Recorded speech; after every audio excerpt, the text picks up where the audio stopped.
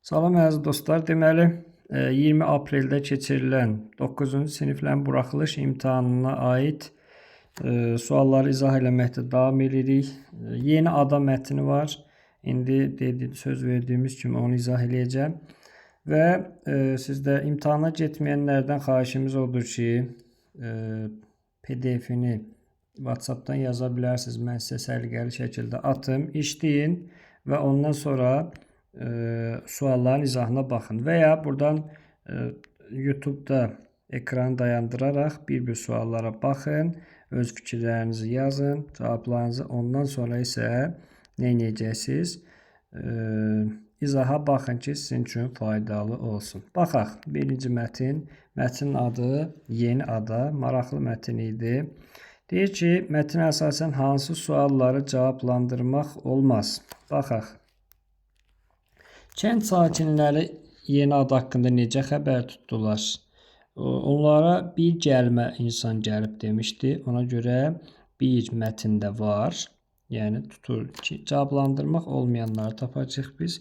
Birinci sualın cavabı var. Bir gəlmə dedi. El atasını qanat düzəldən ustanı göndərməyi nə vadar edir? Orada deyir ki, bax, insanlar deyir artıq tənbəlləşirlər. Bu da gəlib cəmaatı yığıb deyir ki, siz görürəm ki, həvəssizsiniz. Deməli, bunun da cavabı var imiş. Kənd sakinləri nə üçün çətin güzaran keçirdilər? Bax, mətndə konkret olaraq bunu demir. Sadəcə əziyyət çəkdiklərini deyir. Sadəcə işlər daşdan çıxırdı deyir. Çox çətin idi. Ona görə.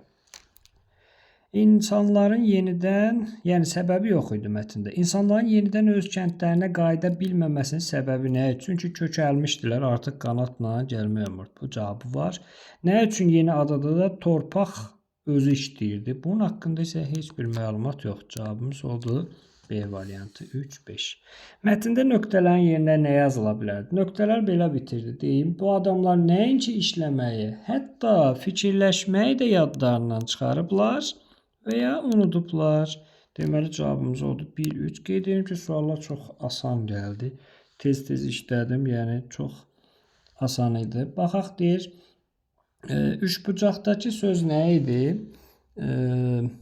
Çörəyi daşdan çıxmaq. Daşdan çıxmaq. Daşdan çıxmaq. Biraz niyə yaxşı yazmır bu? Daşdan çıxmaq odur ki, bax buradakı birinci dördbucağı deyək. Dördbucaqdakı nə yazıbdı? Əlləri işdən soyur. Yəni həvəsləri azalmışdı. Bax bura bir gəlir. Buna bir. Yəni dördbucağa bir olacaq. Digərinə isə nə olacaq? Baxaq.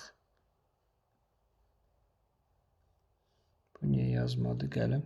Ha, yazdı. Əlləri işdən soyuyur. Yəni artıq çətinliklə bacarırdılar, belə deyək. Çox çətinliklə, əzab-əziyyətlə pul qazanırdılar. Çörəyi daşdan çıxır. Əlləri işdən soyuyur. Mən niyə belə qarışdırdım hər şeyi? Bircə dəqiqə. Qələm yazmadı deyə başım qarışdı. Bir daha təkrar deyirəm. Əlləri işdən soyuyur olacaq 1. Yəni həvəsi azalır.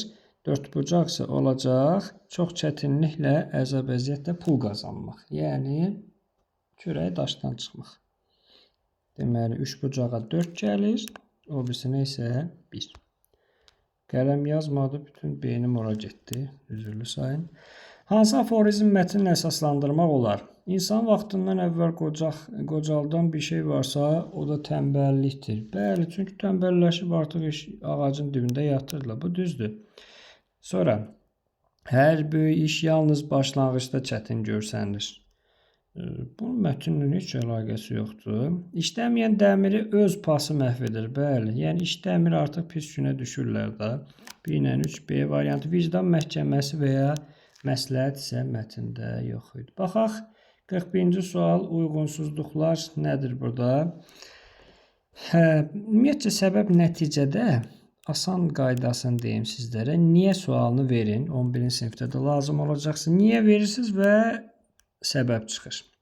El atası ustaya qanat sifariş edir. Niyə? Çünki insanları maraq etmiş. Deməli, bir doğrudur. Özünə də adaya getmək üçün bir cüt qanat hazırlayır. Niyə? Kim idi hazırlayan? Yeni adadakı xoşbəxt həyat deyə cəlb eləyir. Ustaya niyə getmək istəyir? Çünki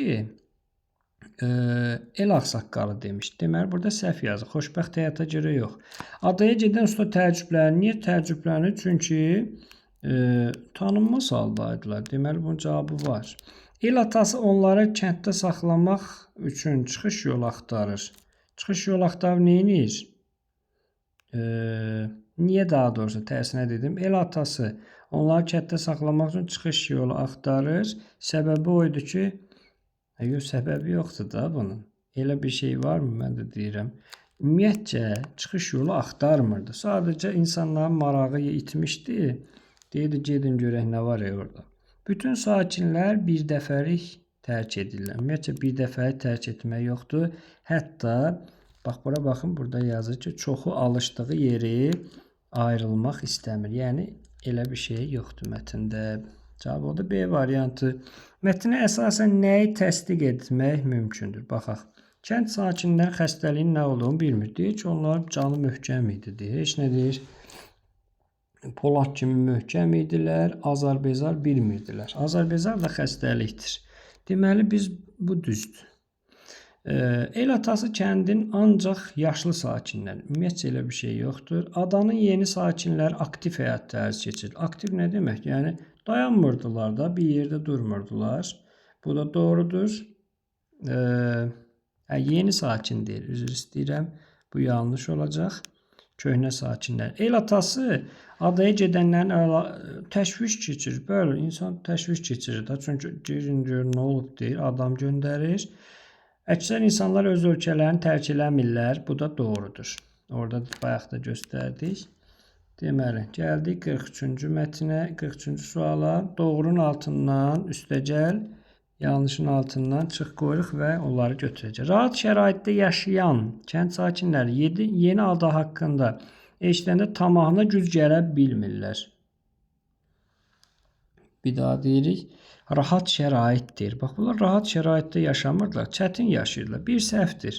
İkiyə baxaq. Yeni adaya işləməyə ehtiyacın olmaması. Kənd sakinləri ora getmək. Bunlar işləmək istəmirdilər. Ona görə yeni ada haqqında eşidən kimi el atası Kənan xahiş deyir. Bax, burada xahiş yoxdur mətndə. Ona görə 3 səhvdir. Adaya gedən və insanların yeni həyat şəraiti ilə tanış olan usta onlara kömək etməkdə aciz qalır. Bu doğrudur. Deməli, doğrunun altından doğrunu, yanlışın altından yanlışı seçmək. Bu qaydanın tələbidir. Çünki uyğunluq bunu istəyir. Cavab olacaq nə? 2, 3, C variantı. Mətnin əsas hissəsinə uyğun plan. Əsas hissə ilə ümumiyyətcə mətnin hissələri dərsi nə deməkdir? Mətnin birinci abzası olur giriş. Sonuncu abzası olacaq nə? Nəticə. Bu %90% belə olur. Girişdə nədən danışır? Onlara gələn bir xəbərdən danışırdı. Düzdür? Baxaq, burada var. Şirinlikləndirici xəbər. Deməli, bu nə oldu? Bu giriş hissədir. Sonra sonda nədən danışırdı? Sonda da peşmançılıq var idi. Düzdür? Bu da oldu nəticə. Demək 4 ilə 5-i çıxıram. 4 ilə 5 çıxanda cavablarımızda baxaq. Elə bu qədər. Yox, mən səhv dedim nəysə. Mən nəysə səhv dedim. Baxaq. Yenidən baxaq. Bəlkə səhv demişəm. Bir dənə silin bunu. Bir dəqiqə. Mətnin əsasında planın ardıcıllığını istəyir. Düzdürmü? Baxaq. Bir dəqiqə. Mətnin əvvəlində yazır, vaxtı ilə bir kənddə adamlar çox çətin güzaran keçirirlərmiş, gecə-gündüz işləyirlər. Bu mətnin əvvəlinə aiddir. Adamları mətinləşdirən əmək. Bu deməli şeydə var. Girişdə var. Bunu çıxdıq. Düzdür? Bu belə. Sonra el atasının təlaşı orta tərəflərdədir. İnsanlar yeni adaya aparan vasitə. Deməli 3-2-dən öncədir. Şirinlikləndirici xəbər harda gəlir? Bu elə bununla başlayır. Bir gün bir gəlmə xəbər verir. Deməli 4-dən başlayacaq. Mən qarışdırdım el aləmi. Sonrakı 1 ilə 5-i çıxırıq. Bir səhv eləmirəmsə cavablardan. Sonrakı peşmançılıq da nəticə hissəsindədir. Hə. Deməli, 4 ilə başlayır. Cavab C variantı. Bəsit sual imiş. Sadəcə mən şirinlikləndirici xəbər 2-ci hissədədir. Onu tapanda artıq cavabımız olur. Baxaq. El atası, açıq suallara baxırıq. Başçılıq etdiyi elin qayğısına qalır deyiminin mətndə təsdiq və ya təkzib. Təkzib yəni inkar eləmək deməkdir. Yəni yoxdur da belə bir şey. Daha doğrusu mətn deyir ki, yox, bu səhvdir. Məsələn, qayğısına qalırsa, deməli təsdiqləyirik. Qayğısına qalmırsa, deməli təkzib eləyir mətn bunu. İndi biz deyirik ki, burada nə var idi? Orada deyir ki, özünə bir narahat olur. Ay keçir, il dolanır, xəbər gəlmir. El atası narahat olur. Belə yazırdıq. El atası narahat olur və ustaya deyir ki, hazırla və get gör orada vəziyyət necədir. Oradan o cür nə yazsaz doğrudur. 46-cı sual isə bizdə yoxdur. Çünki cavab kağızındadır. Ona görə bir söz deyə bilməyəcəyik. Sizdən xahişimiz nədir? Kanala abunə olun. Və yeni videolarımız inşallah ki faydalı olacaq sizin 10-11-ci sinifləriniz üçün. Sağ olun.